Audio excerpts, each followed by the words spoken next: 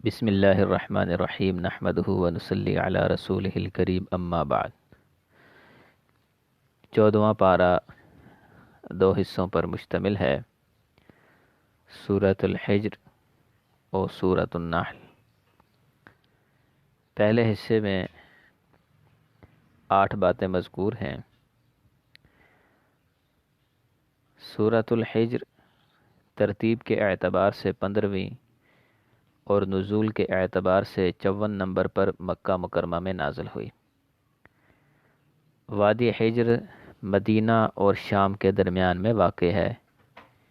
اس کے رہائشی قوم سمود کا ذکر اس کے آخر میں ہے۔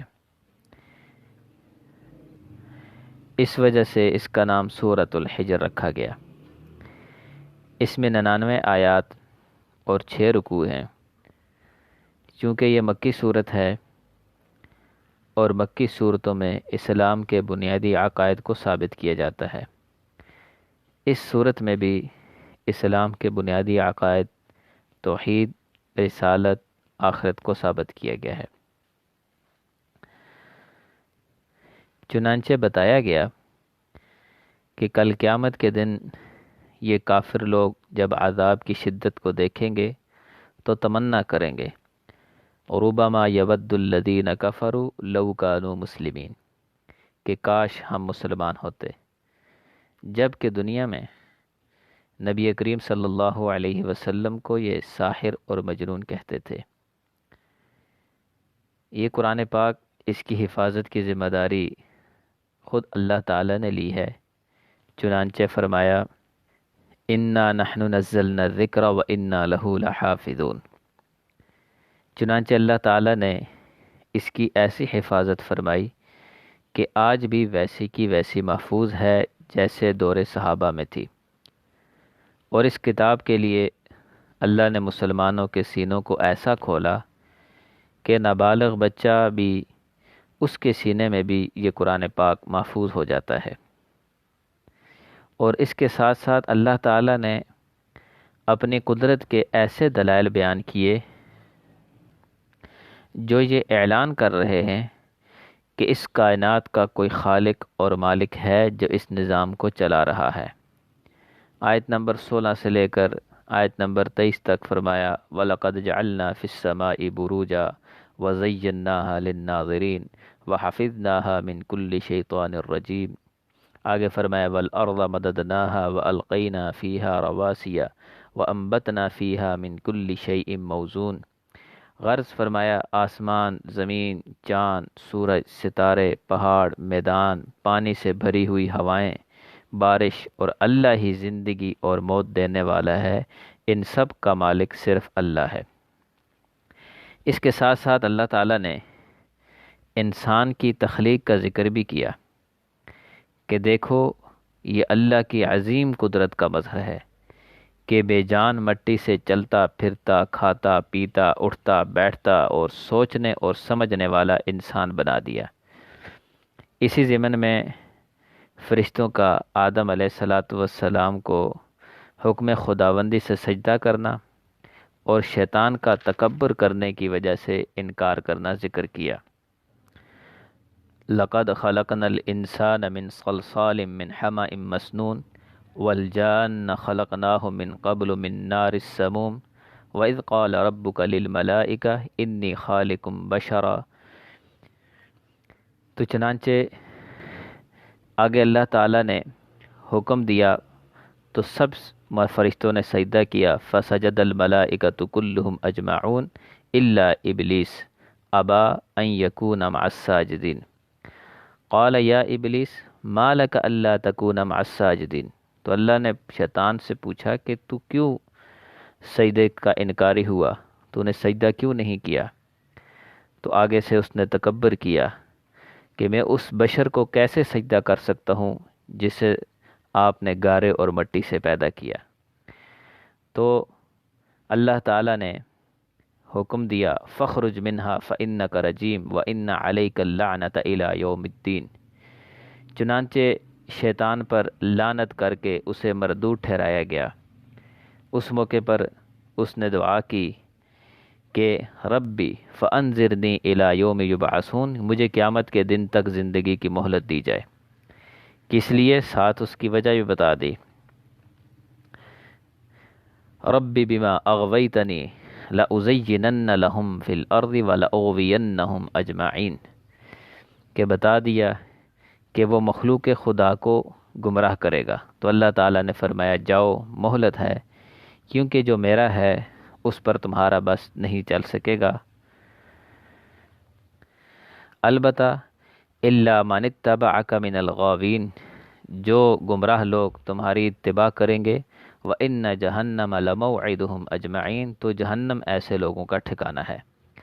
اسی کے ساتھ ساتھ بتایا کہ وہ جہنم، اس کے 7 درجات ہیں، لہا 7 ابواب، اس کے 7 طبقے اور درجات ہیں، ان کے 7 دروازے ہیں۔ 7 دروازوں کے نام یہ ہیں: سعیر، جحیم، حطمہ، ہاویہ، جہنم، سقر، لظا۔ سب سے نچلے طبقے میں منافقین، اس سے اوپر مشرکین، اس سے اوپر والے میں مجوسی، اس سے اوپر والے میں سائبین ستارہ پرست، اس سے اوپر یہودی، اس سے اوپر عیسائی، اور سب سے اوپر والے میں گناہگار ایمان والے ہوں گے، جو اپنے گناہوں کی سزا بھگت کر جہاں پھر جنت میں بھیج دیے جائیں گے۔ باقی 6 طبقوں والے ہمیشہ ہمیشہ کے لیے ادھر ہی رہیں گے۔ جہنم کے ساتھ ساتھ جنت کا اور اس کی نعمتوں کا تذکرہ کر کے ایمان والوں کو خوشخبری دی۔ اس کے بعد ابراہیم علیہ السلام کا واقعہ بیان کیا، وَنَبِّئْهُمْ عَنْ ضَيْفِ ابراہیم، کہ ابراہیم علیہ السلام کے پاس فرشتوں نے آ کر بچے کی خوشخبری سنائی۔ ابراہیم علیہ السلام نے تعجب کیا، تو فرشتوں نے کہا کہ ہم آپ کو سچی خوشخبری دے رہے ہیں، پس آپ مایوس نہ ہوں۔ تو ابراہیم علیہ السلام کے تعجب کا مقصد یہ نہیں تھا کہ وہ اس بات پر تعجب میں تھے کہ اولاد کیسے ہوگی، بلکہ یہ معلوم کردہ مقصود تھا کہ میری عمر اس وقت 120 سال ہے اور اہلیہ کی عمر تقریباً 90 سال ہے، آیا یوں ہی بڑھاپے میں اولاد ہوگی یا جوانی لوٹ آئے گی یا پھر کسی اور عورت سے شادی کرنے کے بعد؟ فرشتوں نے کہا نہیں، اسی طرح ہی ہوگی۔ اس واقعے کو آیت نمبر 51 سے لے کر آیت نمبر 56 تک بیان فرمایا۔ یہ فرشتے جو ابراہیم علیہ السلام کے پاس خوشخبری دینے کے لیے آئے تھے، یہ وہی فرشتے تھے جو لوط علیہ السلام کے پاس آنا تھا اور ان کی قوم کے اوپر عذاب کو مسلط کرنا تھا۔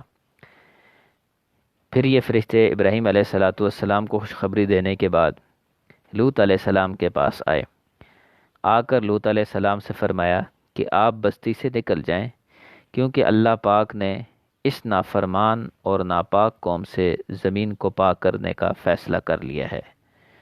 چنانچہ فرشتوں نے شہر کو الٹ دیا اور ان پر پتھروں کی بارش ہوئی۔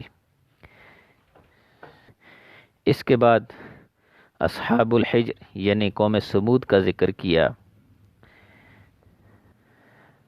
وَلَقَدْ كَذَّبَ أَصْحَابُ الْحِجْرِ الْمُرْسَلِينَ، کہ انہوں نے انبیاء کا انکار کیا، ان کو جھٹلایا، صالح علیہ السلام سے منہ مانگا معجزہ دیکھنے کے باوجود بت پرستی سے باز نہ آئے، الٹا اس اونٹنی کو ہلاک کر دیا۔ چنانچہ ان پر بھی اللہ کا عذاب مسلط ہوا اور ایک فرشتے نے آ کر چیخ ماری اور سب کے کلیجے پھٹ گئے۔ ابتدا کی طرح اس صورت کے اختتام پر بھی نعمت قرآن کا ذکر کیا اور حکم دیا کہ اسے کھول کھول کر بیان فرما دیجیے۔ دوسرا حصہ سورۃ النحل پر مشتمل ہے، اس میں 5 باتیں مذکور ہیں۔ سورۃ النحل ترتیب کے اعتبار سے 16ویں اور نزول کے اعتبار سے 70ویں نمبر پر مکہ مکرمہ میں نازل ہوئی۔ اس میں 128 آیات اور 16 رکوع ہیں۔ نحل شہد کی مکھی کو کہتے ہیں۔ اس صورت میں اس کا ذکر ہے، اس وجہ سے اس کا نام سورۃ النحل رکھا گیا۔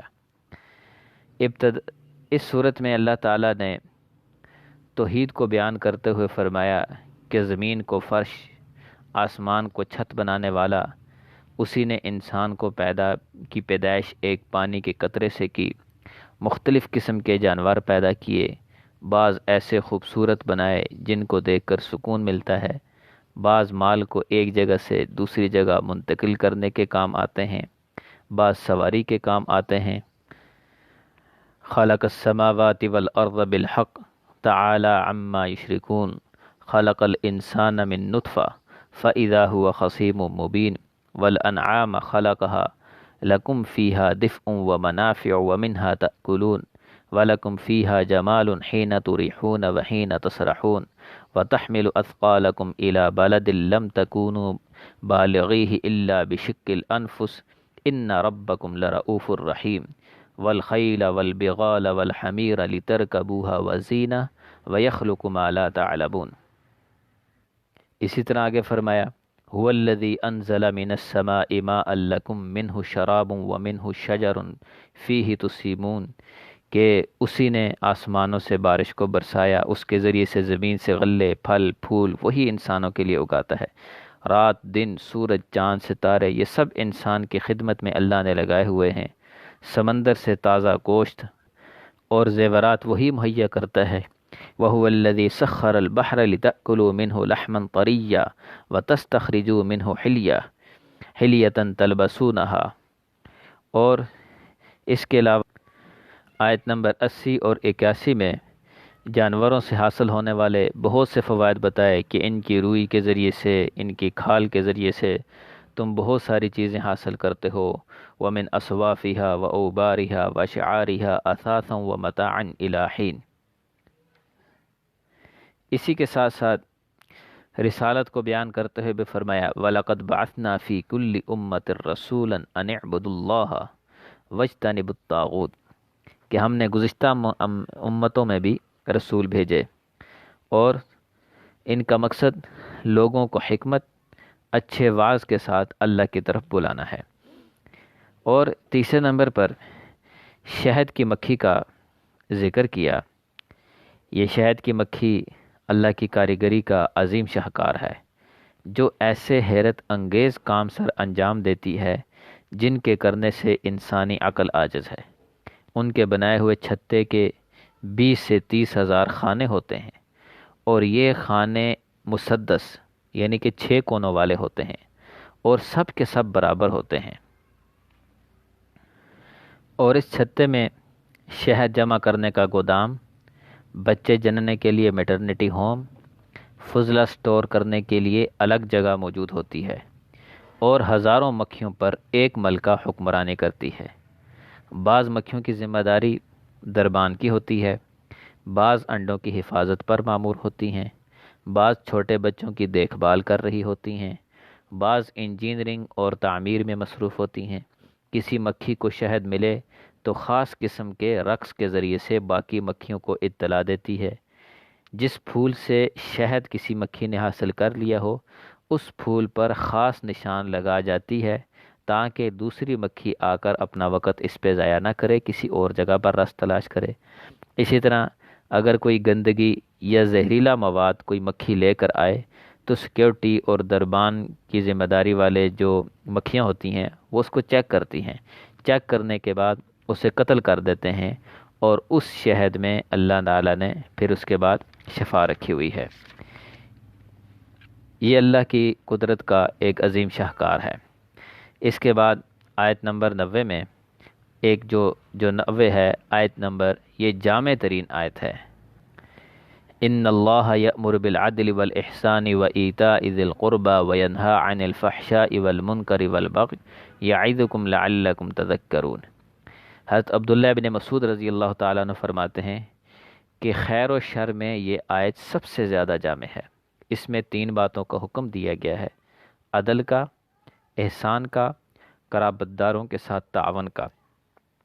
3 باتوں سے منع کیا گیا: فحشاء سے، منکر سے اور بغی سے۔ فحشاء ایسا عمل جس کی قباحت بالکل واضح ہو، مثلا زنا، لواطت، شراب وغیرہ۔ منکر ایسا عمل جو شریعت کی نظر میں کبیح ہو اور جن سے طبع سلیم نفرت کرتی ہے۔ اور بغی ایسا عمل جس سے انسانوں کی عزت اور حرمت اور ان کے اموال اور جانوں پر زیادتی ہوتی ہو۔ 5ویں نمبر پر ابراہیم علیہ السلام کی تعریف کرتے ہوئے فرمایا، کیونکہ ابراہیم علیہ السلام نے زندگی بھر توحید خالص پر جمے رہے اور اللہ کی نعمتوں کا شکر ادا کرتے رہے۔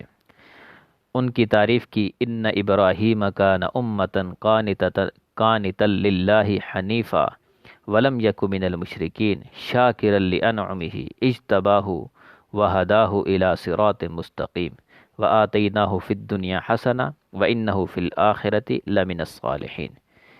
پھر آپ علیہ السلام کو حکم دیا کہ ان کی ملت کی اتباع کریں، ثم اوحینا الیک ان اتبع ملت ابراہیم حنیفا وما کان من المشرکین۔